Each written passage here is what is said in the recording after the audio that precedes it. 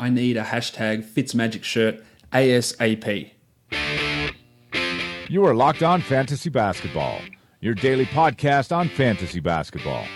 Part of the Locked On Podcast Network, your team every day.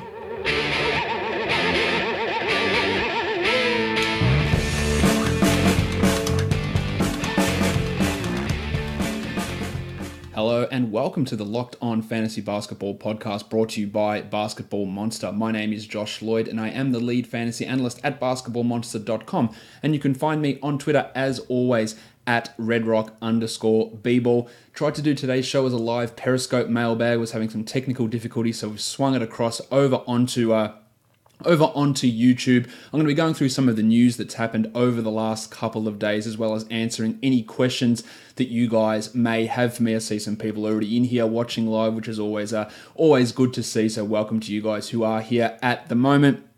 Michael Bolton's ready, everybody. Let's get to it.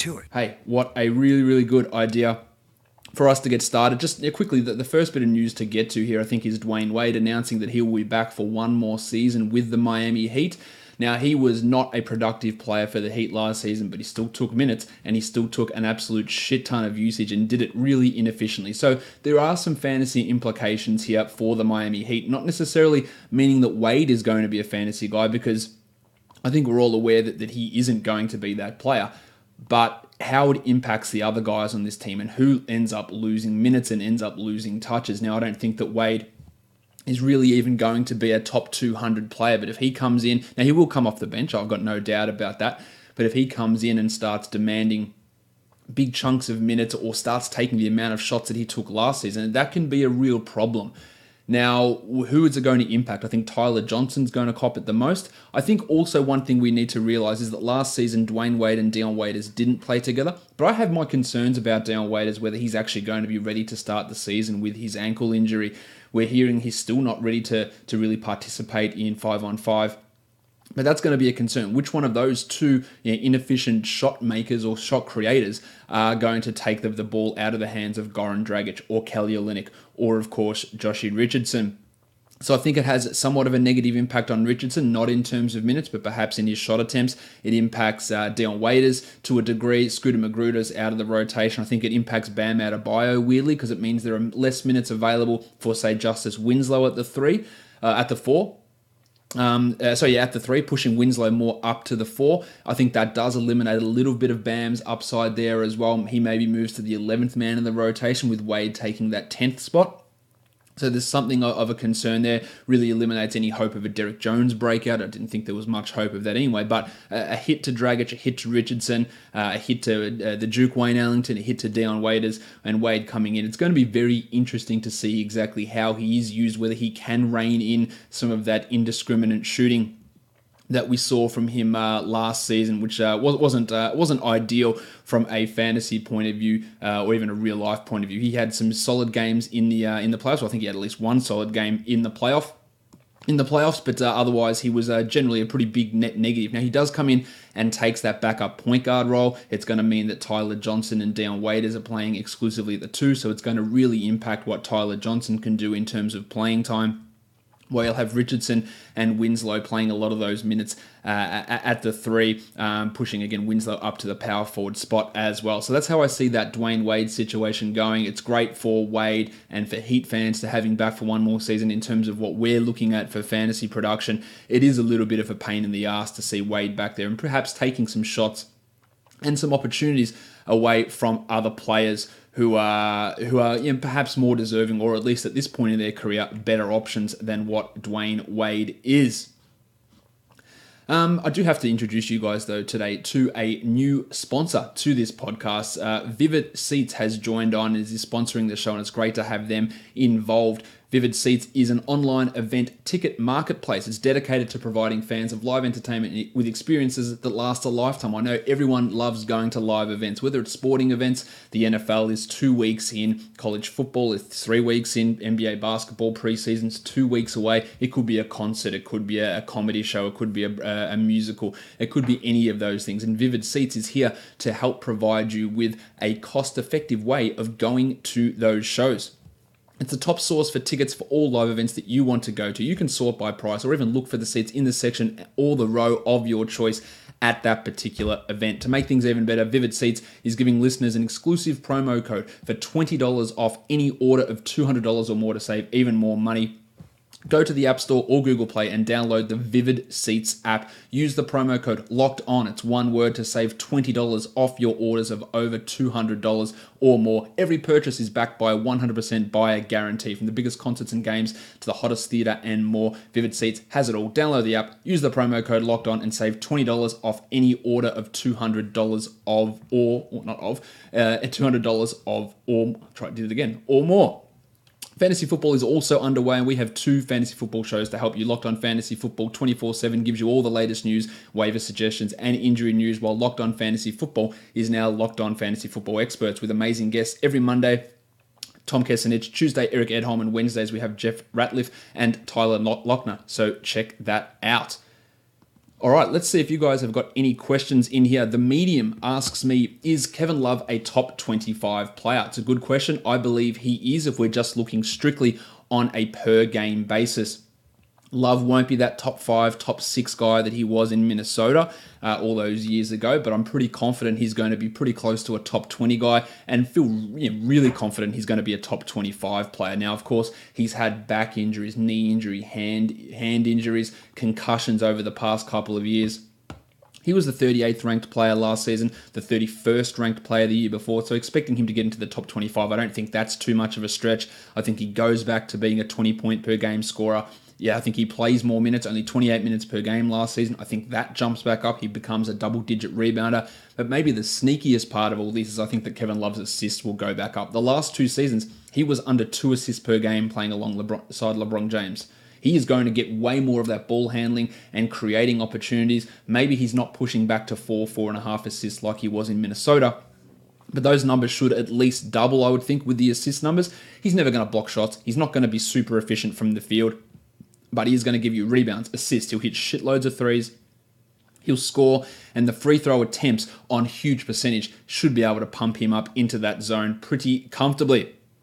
Blue chimes in here, says Love at his best is still a disaster in field goal percentage, blocks and steals. I wouldn't say he's a disaster in field goal percentage. I understand where you're coming from. He is, based on what my projections are at the moment, he's not even a -1 in standard score for that category. Last season, he wasn't a -1 either. Now, the last 2 years in Cleveland before that, 15-16 and 16-17, he was much worse, shooting 42 and 43%. But last season, he got it up to 46%, and I've got him projected a little bit lower than that this season. But if he can keep it at 45, then he's not a disaster in those areas. He's also a -0.5 and -0.5 in steals and blocks. Not great, but again, far from being an absolute disaster there at all.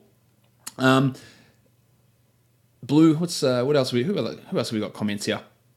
Let's have a look. That was a good question. The Medium, again, I just answered your question. Let's go with someone else now. NGJAS says Kevin Love versus LaMarcus Aldridge. Well, based on per game numbers, I do have Love ranked higher than Aldridge at this point. I think LaMarcus is going to suffer a significant step back from where he was last season. He put up those big numbers, but look at what he did the year prior when Kawhi was there. Just assume that DeMar DeRozan is going to take a similar level of usage to what Kawhi did, and you'll see Aldridge's numbers come down. Now, I guess the advantage Aldridge does have there is a higher field goal percentage, and he also has a higher block rate. I think he'll rebound less, he'll get less assists, and I just overall think he's not quite as valuable as Kevin Love. But if you're looking for that field goal percentage, someone to be really strong in both percentages, I can understand using Aldridge with the field goal percentage advantage and the block advantage. I think Love is more of a second round guy and Aldridge is a third round guy, but I wouldn't be considering LaMarcus to be the same guy that he was last season just because of that factor of DeMar DeRozan coming in and taking some of those shots away from him, where he was really successful last season. But I don't think that he's going to have that same level of success this year that he had last year. Still be really good and still really help you with those numbers and with that with those percentages. But I'm not sure he's going to be exactly the same guy that he was the prior year. All right, who else got a question here? Fias Kane says, I'm sure that's not how you pronounce your name, so I apologize. Any chance you can talk about how to set up your dynasty leagues on Fantrax? I tried to make my own league, but got nobody to join. Well, That's getting nobody to join is not really the same thing as setting up your leagues. I did a whole show on setting up dynasty leagues about a month ago, so you can go check that one out. But you got to have a strong set of rules, and it's got to make sense. And if you are having setting up leagues and looking, you can go to the fantasy basketball subreddit, or you can just tweet it at me, and I can retweet it to get people who are interested in joining. Francisco Santos says, do you think you can do a deep fantasy sleepers on Basketball Monster? Since I only played 20 teams, 14 roster, I would appreciate it, or you can talk about it. I think that's fair enough. 20 teams is pretty deep, 14-man roster. We're talking a pretty significant chunk of players being rostered in that sort of a scenario. So you're looking at obviously you're not the standard type of sleeper guys. You're looking at your guys who you are on the bench, maybe a Mitchell Robinson, who've got an ability to jump forward, Shaq Harrison for the Phoenix Suns. Big Shaq. Another guy there, Jaren Grant with the Orlando Magic, is worth a look. Nemanja Bjelica, I think, depends on how Sacramento want to use him, but if they're going to put him as the starting small forward, there's some value there in him there. DJ Augustine, along with Jaren Grant, another deeper league sort of guy you might be taking a little bit earlier. Who else are we looking at here? Perhaps Ryan Anderson can be of value in a 20-team type of league. The Memphis shooting guard position, Dylan Brooks, Marshawn Brooks, Wayne Selden, depends on how they want to use that position. There could be some value there in those areas as well. The Terrence Ross, Jonathan Simmons situation in Orlando is one worth monitoring for those guys, as well as the Detroit scenario. Glenn Robinson III, the little dog, or do we have Stan Johnson in that role? So there are a few options there with some significant type upside. In those areas, you want to go deeper. Zach Collins in Portland, Kevin Huerter in Atlanta, two young guys who could have an opportunity. I already mentioned Dylan Brooksy Brooks as a guy who could have that chance, and Derek White, really a deep league guy I like in San Antonio. Played significantly, very, very well in Summer League and has an opportunity to step up into a larger role, especially now with Manu Ginobili retiring. There's some. I'll get back to questions in a second. Obviously some issues happening in Minnesota with Tom Thibodeau and Jimmy Butler. I spoke with Colton Molesky over on Locked On NBA about that today. But what does it do in terms of fantasy? Is there a chance Jim Butler gets traded this season? I think there is a chance, because we have to remember there's conflict between Butler and Thibodeau. There's conflict between Towns and Thibodeau. There's conflict between ownership and Thibodeau. But there's also some conflict between Towns and Butler. Now, I think obviously there's one factor there that's present in majority of those beefs, and that is Tom Thibodeau. So his ass should be gone. I think I said this in January last season, that he is going to wear these players down. He is going to piss them off, and he is going to ruin this team. I had some pushback against that, but it's true. He is shit at what he does. He has no idea how to manage a roster of players. His GM decisions are piss poor. His coaching decisions are piss poor. And it's obviously rubbing up against this team really, really poorly. Now, they are going to be having a meeting tomorrow, Butler and Thibodeau. We'll see how that goes. There's still no contract offer out there, or no signed contract for Towns as a rookie extension, which that should be wrapped up straight away. Now, if Butler does get moved, it would depend on who would come back, but you'd think that would help Towns a lot. It would probably help Wiggo too, with Andrew Wiggins getting more scoring happening, which was really his only ability to be a top 100 guy, was scoring 20 points per game. So that could go up. It would help a guy like Jeff Teague a little bit with more usage, but mostly it would help Towns. It would probably solidify Towns as the number 3 player behind Harden and behind Davis in fantasy. I would put the chances of Butler getting traded pretty minimal. I would put the chances of Tom Thibodeau getting fired at pretty high. So I think that's probably the direction that all goes. But of course, it remains to be seen exactly the direction the Minnesota Timberwolves are looking to go with. But they need to be getting Thibodeau out of there. He's screwing things up with this franchise. I've been saying this for a very, very long time. It's all coming to fruition now. You should not be giving dual titles to anybody. And let alone someone like Tom Thibodeau, who has... Imagine just going into work every day and having a guy with a questionable comb-over berating you every second with a gravelly voice, just getting on your ass. You're up 30 points. He's leaving you in the game and he's screaming ice at you all day. Like, don't tell me you wouldn't get pissed. You would have to get pissed. And then to back it up, you go into work and they go, oh, guy, hey, did you hear the news? Coach Thibodeau signed one of his old mates from 6 years ago, and he's going to come in and play again. Like, another one, the fourth one of these guys. I'm talking about Luol Deng here. Like, eventually these people are going to be like, oh, Jesus, like, can we give these guys some playing time? Can we see what a Koji can do? Can we see what Bates Diop can do? Can we see what anyone else can do? Like, Butler was calling it out in post-game press conferences last season. We know Georges Hunt can play. We know Marcus can play. I just want to see him get an opportunity. And Jeff Teague was saying the same thing. My name is Jeff. Like he was saying, Tyus can play. Look, we know these guys can play, but Thibodeau ignores it. He ignores what the team wants, and you shouldn't be running a team based entirely on what the players want. Shout out to Ryan McDonough, but you can't be ignoring everything that they say when being as stubborn and pig-headed as what Thibodeau has been pretty much this entire way through his tenure in Minnesota. All right, let's have a look. Oh, tons of you guys are throwing in questions. Now we'll get to that in just a sec, but I also need to remind you guys the Locked On Network is expanding with college shows, and coming this week we've got Locked On Wolverines, Locked On Buckeyes, and Locked On Seminoles.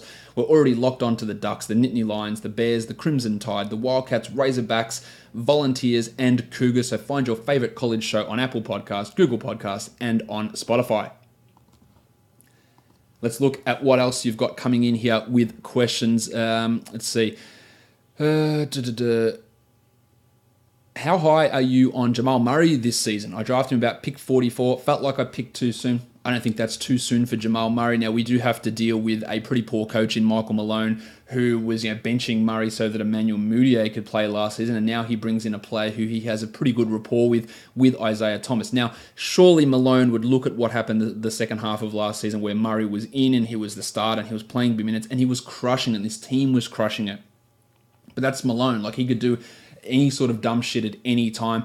I think Murray, I actually got Murray projected as the 44th ranked player for this season, so you picking him at 44 is fine. There is an element of risk there with Malone screwing it up, but I've got him projected about 18 points. He could easily go to 20, 21 points per game. He's not going to be a high assist guy. He won't get steals, but you're looking at really strong efficiency, brilliant percentage from the free throw line, and some strong scoring, nice threes. He's fine in that 40 to 55 type of a range, so I don't think you should be stressing out too much there with the Blue Arrow. NGJAS, will you be talking about making vids on auction drafts at all? Good question. I'm glad you asked that question. This wasn't set up at all. Tomorrow's podcast, I'm going to be doing auction tips. So going over how to set up an auction, how to perform for an auction, how to prepare for an auction. And then on Wednesday's show, we're doing an auction. I'm getting in some fantasy basketball writers, some Basketball Monster subscribers as well. So some, I won't call them experts, some analysts, plus some regular fantasy folks as well. And we're going to be doing an auction mock draft, and I'm going to be talking through what's happening, the bids, my decisions, the way that I'm planning my team out. So after today's podcast, Tuesday and Wednesday, we're all about auctions for the next 2 days after that. So good question, NGJAS. Flip Sanchez, Josh, what's your outlook on Nikola Vucevic? I think I really like Vucevic as a player. I think that even in sub 30 minutes a game, he's a top 50 guy. He'll score, he'll rebound. The assist went way up last season. And again, without a really recognized distributor or point guard on this team, he's going to do some of that. He's not going to block you a ton of shots, but still get you one a game. Efficiency's pretty nice. It did dip a little bit last season as he started taking more threes, and I think that'll continue the threes. But the efficiency could rise in that area as well for Vooch. I'm not overly worried about Mohamed Bamba coming in. 1, 2, 3, 4, 5. I think Bamba might struggle, especially early. I think he might be really out of place. Now, Vooch could get traded. If he gets traded, I believe that he'll get traded to a much worse situation and he'll come in as a backup. So that's a real concern with Vooch. So I probably look at him, even though on a per-game basis, me assuming that he's in Orlando all season, I've got him as around the 40th best player. But he's probably more suited to the 60th pick, 70th pick, around that sort of a mark, just with that level of uncertainty. But with efficient big men, really hard to come by, you might have to reach and just cross your fingers and hope that he doesn't get traded. I don't really think that we're going to have too much of a negative impact from Bamba this season if he does remain in Orlando. Who else have we got here? What other questions? Tanner Brown, what are your thoughts on Mitchell Robinson as a last pick? Fine. Now, I think that Robinson could be playing a little bit with Westchester to begin the season, but I don't think that will last long. I think in 18 or 19 minutes per night, we saw this with Jakob Poeltl last season. He could come in and give you 1.6 blocks, 60% field goals, and grab 8 rebounds, and that is still really valuable. So it's fine, but you have to just gauge it over the first 6 weeks of the season. If he's not playing at all, then having a roster spot providing you zeros is pretty hard to do. It's pretty hard to hold on to a guy, but absolutely what you want to do with those last picks, hey, take a flyer. If he just absolutely blows up in preseason and they start giving him 24 a night and give Cantor 24, an unlikely and unrealistic scenario in my opinion, but it could happen. then it's a brilliant pick. Then he probably can be top 100 in that scenario. And if Cantor is moved, or if they decide to bench him, which I don't really think they will, but Robinson's minutes could come up. I absolutely love that sort of idea. That's what you should be looking at with those last picks. Have a crack at Mitch Robinson. See how he goes. It might turn to shit completely, but there'll be a hot waiver wire guy in week 1. I 100% guarantee you. And then you can make that move depending on how that works out. Or you can hold him for a couple of weeks and see how it works out. But preseason is going to be really, really interesting on guys like Mitchell Robinson for this coming season. Let's have a look who else who've got questions here for me. James Wang, any good punt assist targets in the early to mid rounds to pair with Anthony Davis? Well, I wrote a whole article on this on Basketball Monster talking about the punt assist type of builder. And remember, I'm going to do a podcast on this at some point as well. When you're punting, that doesn't mean you avoid guys who get high assist numbers, because if you do, you are in trouble with getting your free throw percentage and getting your steals. All those things get tied together. So getting a guy that gets 6 assists per game doesn't mean you failed punting assists. Punting assists doesn't mean you are aiming to get as few assists as possible. It means you're aiming to get more of the other categories. Now, if that comes with someone who gets 2 assists per game, or it comes with someone who gets 5.5 assists per game, it means absolutely nothing. There's no difference. You just don't want to get a guy whose value is completely tied in to being a 10 assists per game guy. And even then, you'd probably switch your theory and your punt strategy in that sort of an area. So I guess ideally, Bradley Beal, he gets almost 5 assists per game. That's pretty strong, but you can get pretty decent efficiency, good scoring, good threes. That can work.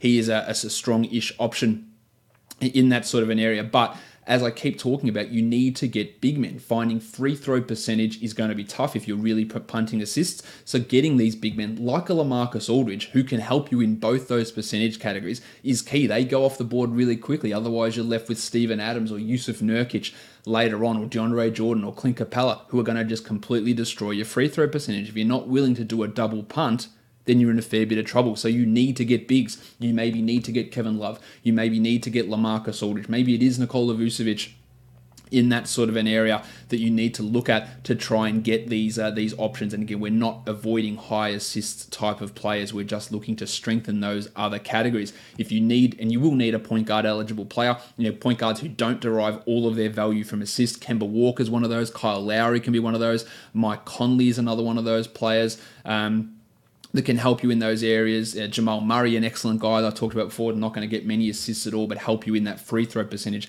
especially. So some interesting names out there, but again, the main key is you are not avoiding high assist guy. If a guy gets 6 assists, you're going to say, my point guard needs to get 2 assists per game. That benefits you in absolutely zero way.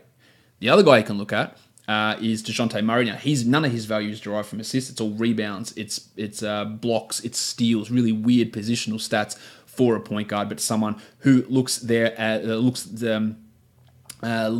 be that guy who can help you in those other categories. Blue says, what is your reasoning for not being enthusiastic about Ibaka? I don't think he's any good anymore. That's it. He was really strong at blocking shots. That's not the case anymore. He takes absolutely baffling shots at times. Offensive decision-making is piss poor. Pascal Siakam, Jonas Valančiūnas, the Jedi OG Anunoby. Hello there. I think all these guys are probably better options than Ibaka at this point. Now, you can play Ibaka at center. He's still got some ability, but I just don't think he's anywhere near as good as what he was 4 or 5 years ago. I think the upside for him is fairly limited. I don't know how Nick Nurse is going to run things. The reports are that Nurse is more of a fan of Valančiūnas than what Dwayne Casey was, so there's a couple of center minutes that could potentially be taken away from Serge. Greg Monroe's around. I don't think that's too much of an issue, though. As Greg runs in, we realise this could get dangerous. But he's still there as another guy. I just don't think there's very much upside with Serge. He's not going back to being a 2 blocks per game guy. There's poor field goal percentage. And I do think there's a real risk that at some point Pascal Siakam ends up playing more minutes than him. And that's obviously not a great scenario for him at all. Where are we looking at here? Who else have we got here? Chase Webber. Karl Anthony Towns for the 4th pick in the draft? Question mark? Yeah, why not? I think that's absolutely fine to look at Towns in that area. You've got Davis at 1, you've got Harden at 2, and then it's a mixed up area. You've got Townsy, you've got Durant, you've got Steph in that mix. You could throw Giannis in that mix. You could throw Jokic in that mix. You could throw Kawhi in that mix. I think that group of guys is really close. So that 3 from 8 is really close, and then you're separated down to Lillard, Paul George, LeBron James. Russ Westbrook, depending on how that knee goes. I think that top 8 is pretty settled. So if you want to take Towns at 3, fine. If you want to take Giannis there, if you want to take Durant there, Steph there, Kawhi there, I think all of those can work out. Again, I've said this plenty of times about Towns. Just because he's played all 82 games in the first 3 seasons doesn't mean he's going to continue to do that. Butler may go, that might open up more usage, but he's pretty solid as he is. I don't think you should have any concerns with taking Karl-Anthony Towns at pick 3 or pick 4, really, at all. Tom Nibelin says that seems a little high for Towns unless Tibbs gets the boot before you draft. I don't really see that being the case. That it's too high for him. Again, high efficiency big man is so hard to find, and over the post All-Star break period last season, Townsy was the 4th ranked player. Admittedly, some of that was without Jim Butler. He was the 8th ranked guy last season, but the difference between 3 and 8 is so close that maybe that positional scarcity pushes him and Jokic higher up than what they would have been over a Durant, a Kawhi, a Steph, even a Gianni. Perhaps getting an efficient center is so bloody tough to do. And Towns does it on high volume as well. Really big impact in both of those percentages, and that can be something that is quite tough to come across. Let's have a look. Where are we looking here? Lots of you guys asking questions at the moment.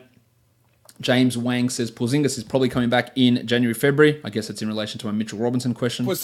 I agree, he probably is. But at that point, maybe Cantor's been moved on from. There are many different things. And Porzingis is going to be worked in pretty slowly. Blue says, if you're in 9-cat roto, Harden is not the first or second, that turnover number. It doesn't matter. I do not care about turnovers. When I'm drafting, even if it's 9-cat roto, I literally don't care. Because, I'll tell you why, it is almost impossible to find a roto league where there are, in your league where 2 or 3 guys continue out the season.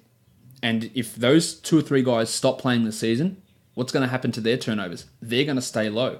So you might have taken real good care of your turnovers, but now you can't get 12, you can't get 11, you can't get 10, you can't get 9, you can't get 8 points in that area. You're going to be down in that middle of the pack, so it does squeeze things up a bit.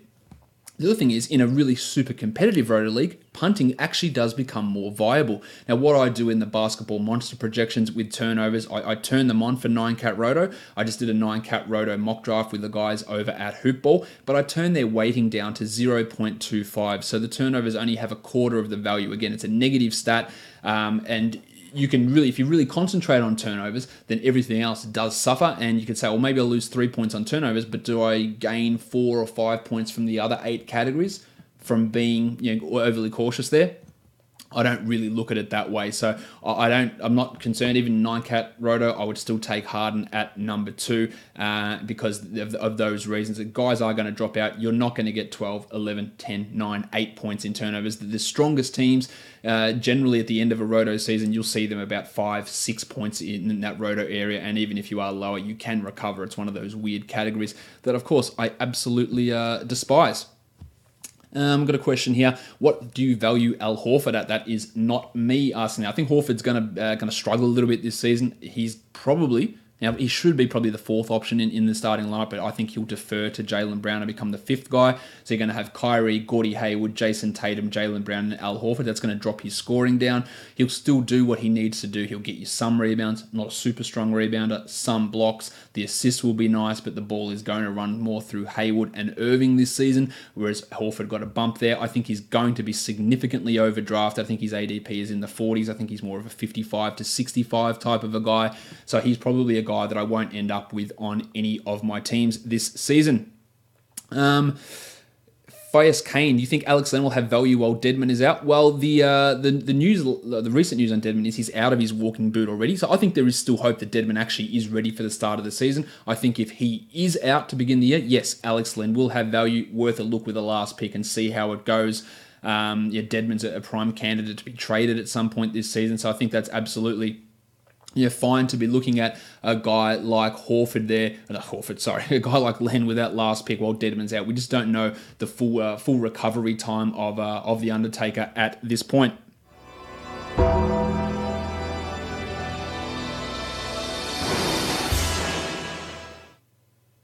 All right, what other questions have we got? Trae Young, I have him around 75 to 85. Agree, Josh? I think that's about the right zone for him. Field goal percentage is going to be a concern, but assist, scoring, threes, free throw percentage are all going to be pretty good from Young. I don't think there's going to be too much issue with him being eased in slowly. Maybe he plays 28 a night for the first week. I think he'll be fine in that regard. Field goal percentage will be an absolute pain in the ass. I'm pretty confident about that, but I think he'll come out and have some big games. And getting assists late is not an easy thing to do.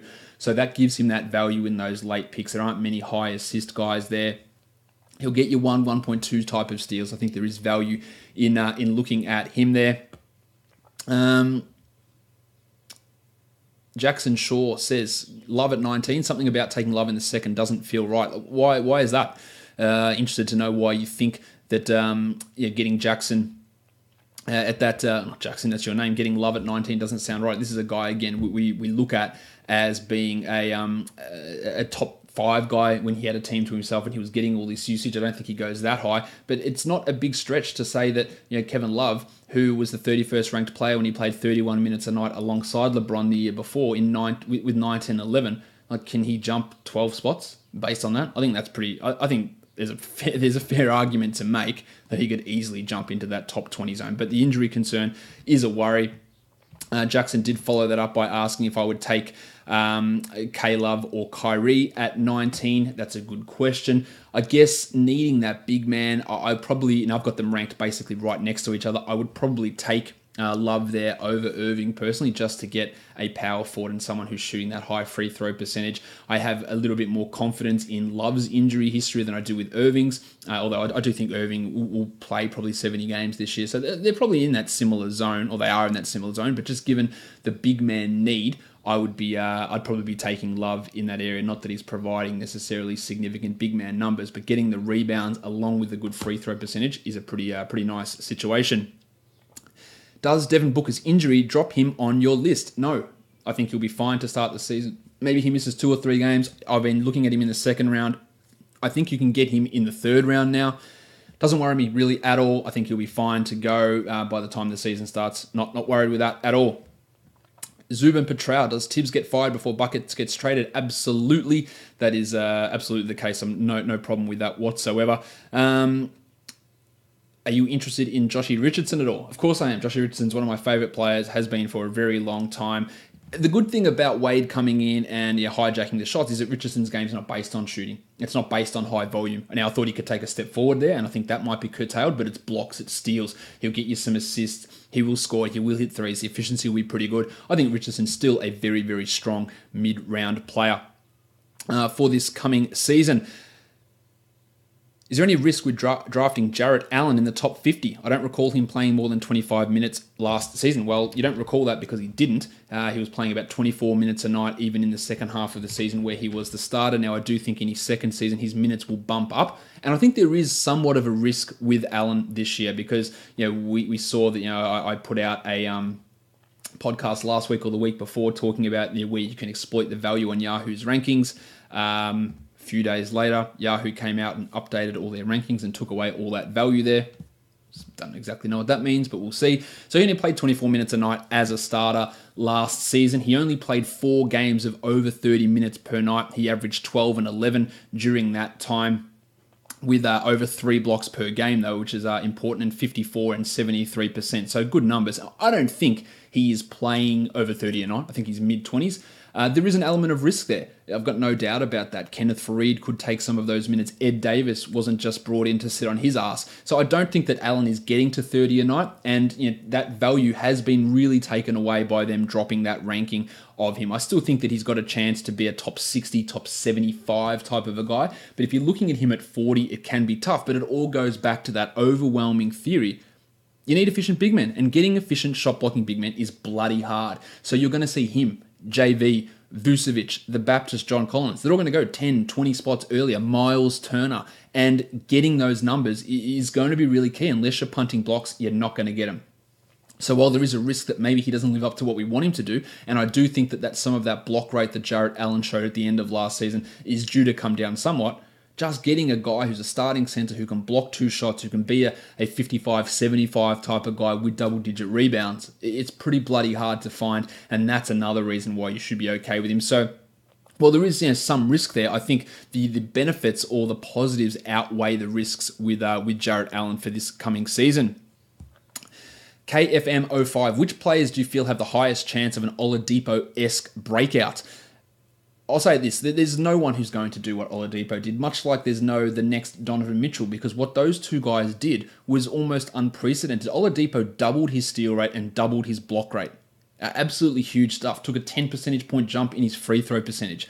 I don't think there's anyone who really moves into that scenario. There are plenty of players who find themselves in better spots. I think Kyle Anderson's probably in a better spot in Memphis, but no one who really stands out as being that guy who's going to take a literally historic type of rise in their level of production, offensively and defensively. So I'm not really think we should be looking at anyone having that sort of a leap up. That was completely unexpected. And I actually think there's a real risk that Oladipo falls this season from that. I think he was the 10th ranked player last season. And I've said this before, because his steal rate was so astronomically high that if you go down from, I think he was at 2.8 steals per 100 possessions, if he goes down to 2.1, which is still really bloody good, then that's 15 spots, 10 spots of his ranking gone. If he goes back to the block numbers he put up most of his career instead of what he did last year, then the value goes away as well. So there is some real risk with him if you're looking at him as a first round guy, which I am clearly not. Mike Foucault. I'm sure the T's silent, Mike, so I apologize. Couldn't Booker easily be out 8 weeks instead of 6? Yeah, of course. I mean, they clearly tried covering up how he got injured. You don't know that. If he actually dated back to last year, he wouldn't be getting the surgery right before the season, so I could easily see him being out longer. I think it's fair to say that it's a similar injury and something flared up. Now, whether that was the conspiracy theory unicycle injury, whatever it was, it doesn't really matter too much. He was healthy, and something happened there. Now, he could be back 8 weeks, but in general, hand injuries are a 4 to 6 week type procedure. So I think if Booker misses the first 2 weeks of the season, it's not a big deal. He's not going to be missing months of the season. I think that's what your concern is, if someone's going to come in and miss months. If he misses 8 weeks, oh well, what does he miss? 7 games? 8 games maybe? I would still be pretty happy with taking him there in that area. If someone missed a week or 2 weeks during the season, you wouldn't be like, just, oh man, screw this guy, this is killing me because it's happening during the season. But if you miss the first 2 weeks of a year, some people really, really do get worried about stuff like that. What else have we got here? I'll take a couple more questions. What do you think of Jackson Shaw? What do you think of Kemba? He seems a solid option if you miss early gun point guards. Look, Kemba's going to do what Kemba does. He's going to score. He's going to be 5.5, 6 assists, some steal-ish a game, lots of threes. Efficiency's been pretty good the last few years. I just don't really see much changing with Kemba Walker this season than what we've seen from him in the past. He was ludicrously ranked on Yahoo. He's still pretty bloody high, I think, at 14. There's no need for that. I don't understand how he could possibly be that high, but he's a strong third-round point guard, and I just don't really see too much changing with him. Does Dwight Howard have a negative effect on Otto Porter's production this year? Well, I think it's fair to say that Howard will have a negative impact on his rebounding numbers. It will also probably negatively impact his usage rate. So overall, probably. I think it'd be hard to see a scenario where Porter doesn't get impacted in some way by the presence of Dwight Howard, just because we know Porter's passivity. I don't know if that's really the right word. I'm sure it's close to the right word, and that's a concern with him as we move forward. Where is he going to fall? Now he's getting ranked at 31 on Yahoo. I think that's too high. People overrate his minimal impact on turnovers. I'm not one who's really caring about that. He's still pretty strong there, 1 turnover per game, but it's much different to the 0.6 he put up last year. He was being the 39th ranked player each of the last 2 seasons, so expecting him to be the 31st ranked player with Howard around, I think is pretty tough. I think his scoring dips. I think his rebounding dips a little bit as well. Nothing too major, but a drop in usage, a drop in rebounding, I think is a pretty likely scenario for Otto Porter this season. TS, if you get Anthony Davis at 1, would you avoid taking Drew Holiday for your second pick? No, I wouldn't. We saw last season they could both be the number 1 guy and the number 20 guy, and they did that all season playing alongside each other. The problem I guess you have there, TS, and you haven't specified what sort of league you're talking about, is if it's a head-to-head league and your playoffs fall in that shit part of the season where the Pelicans only played 9 games, then that's a real problem. And in that scenario, I probably would avoid both those guys, because you don't want your top 2 guys playing minimum weeks in the playoffs. That's a real concern. In a roto league, doesn't make a difference. If your playoffs are at different times of the year, doesn't make a difference. But if they're in that period where the Pelicans go 3-3-3, then it is a real concern, and I don't think I'd be doing it. But in terms of just as a general rule, pairing up teammates, it doesn't worry me. We've seen what these guys can do together with each other, and especially when we're talking that the top bunch of guys, it's fine. Now, if you load up on 5 players from one team and 4 from another, and they play on the same night, then you're going to have issues with guys sitting on the bench. That can be somewhat of a concern. But with your top couple of guys, I wouldn't be too concerned about that. So TS says, it's a 12-team head-to-head. I think that is a concern. You do have to pay attention to that depending on where your playoffs are. Let's see. What other questions have we got here? Leo Gamil. Which round would you draft Luka Doncic in a 14-team keeper league? I assume this is a startup keeper league. How many players can you keep is a good question. You'll see Doncic go at weird spots. You'll see him go in the top 15, and I think that's too high. We just don't know what he's going to be like. In general, I treat Dynasty and Keeper Leagues very similarly to I do head-to-head leagues because I feel more confident in saying, I have a better grasp on what's happening this season and next season versus what's going to happen in 5 seasons. Let me win now, then try and rebuild on the fly later on. With taking some eye to some value and to some old guys. I think you should be considering him a top 50 guy in that sort of format pretty comfortably and probably a top 30 guy. But in general, the spot where he goes will be too high for me to feel comfortable with. I feel pretty confident in saying that. What else have we got here? Lots of discussion here on the Kings. Tom and Blue chiming in. Where should Buddy Hield go? 80 to 90. I think Hield can be better than that, but I think that's the right spot because there is still a level of concern whether he can actually get to that level. Will Dave Yeager play him 25 minutes a night? I don't know, but one thing I do know is that Garrett Temple is not there anymore, so there are some minutes to go around in that backcourt. So if Hield pushes to 29 minutes per night, and if he can keep his elevated steal rate that he did last season, then he is probably a top 60 player that you don't need to take in the top 60. Ranked 89th on Yahoo, grab him at 75. I think that's totally fine for Budrick for this coming season.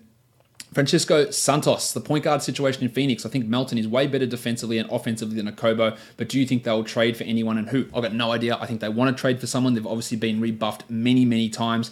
Spencer Dinwiddie to me seems like the guy that I'd be looking at. If they had to predict anyone, it would be him based on nothing, but that's who it would be. Now, in terms of Melton, way better defensively and offensively.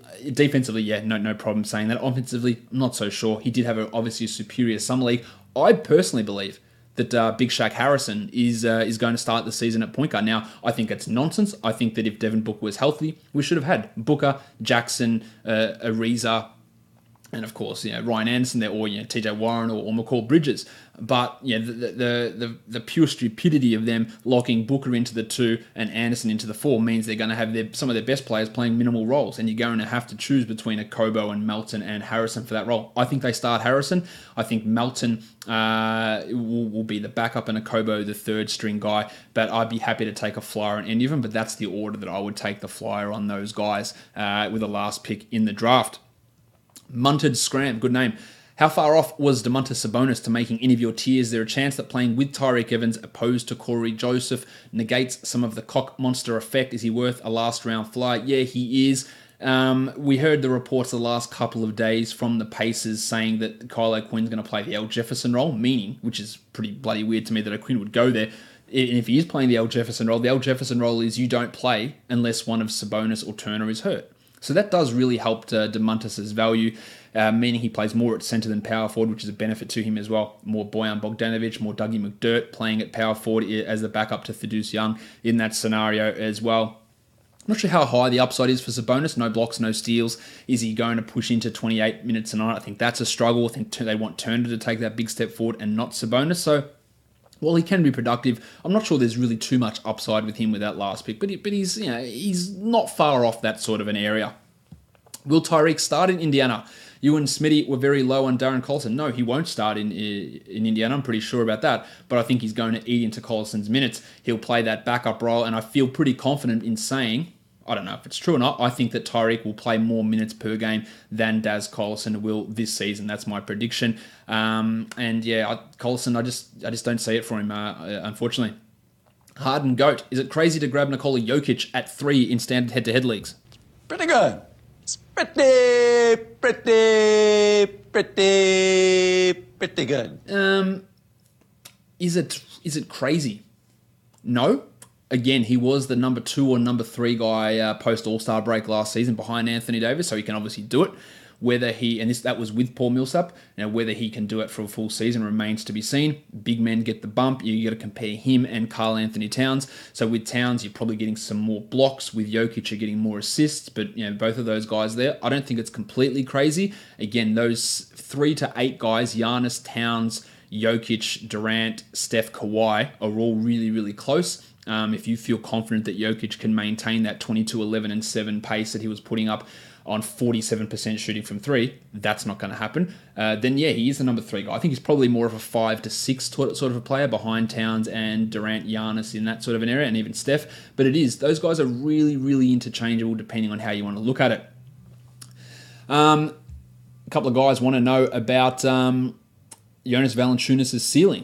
It's high. Like he's a top 40 player if he plays 30 minutes per night. Now the likelihood of him playing 30 minutes per night, 10% maybe. But his ceiling's high because he's super efficient, free throw percentage, field goal percentage. He can take threes now, hit them at a high rate. He blocks you a shot per game. He's going to score and he's going to rebound like an animal as well. So if he gets 30 a night, he's a top 50 guy, top 40 guy. Will he get there? Almost absolutely not. But we just don't know how Nick Nurse is going to run him. Now, I think he couldn't run him worse than Dwayne Casey. That's where I'd come into that with Valančiūnas. He couldn't be worse than what Dwayne did last season. But he also might not be much better. So that's the concern there. Where are we looking?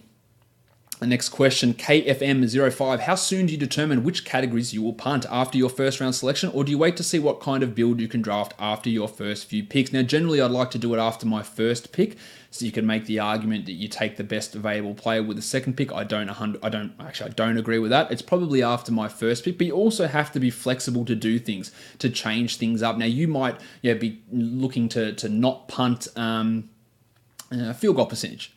And the guys who are around you've drafted, and you've got a free throw percentage, but you get to say pick 60 and DeAndre Jordan's around, and you have a look at your team's free throw percentage, and it's sitting at 78%, and everyone else is at over 80, and you go, shit.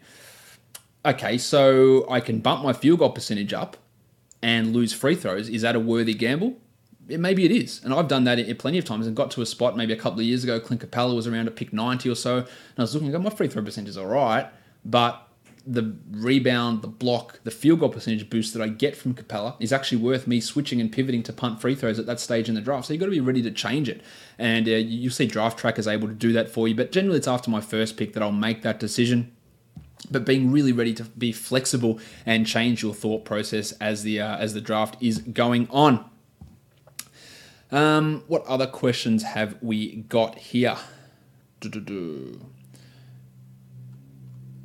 I think we might be almost done for today's show. We've gone way longer than I expected, guys. I might wrap that up for today's show. Remember, tomorrow, auction draft tips, and then the day after that, an auction mock draft we're going to be running. I am running a draft-only best ball points league using a different point scoring system. 30 teams, draft-only, $10 entry, winner takes all. Check my timeline. There's a couple of spots left. I'm in that league. Tim Bontemps is in that from the Washington Post, so you can go and join and battle both of us in that league as well. Go and check that one out and sign up for one of those last couple of spots. Subscribe to this podcast, Apple Podcasts, Google Play, TuneIn, Stitcher, Spotify, and on YouTube. We're just doing this one live. Give it a thumbs up.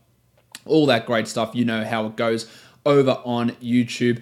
Guys, we are done here. Thank you so much for listening, everyone.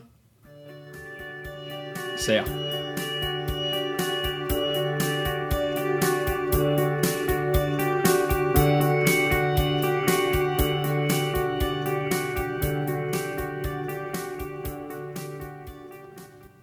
The Muppet, John Henson.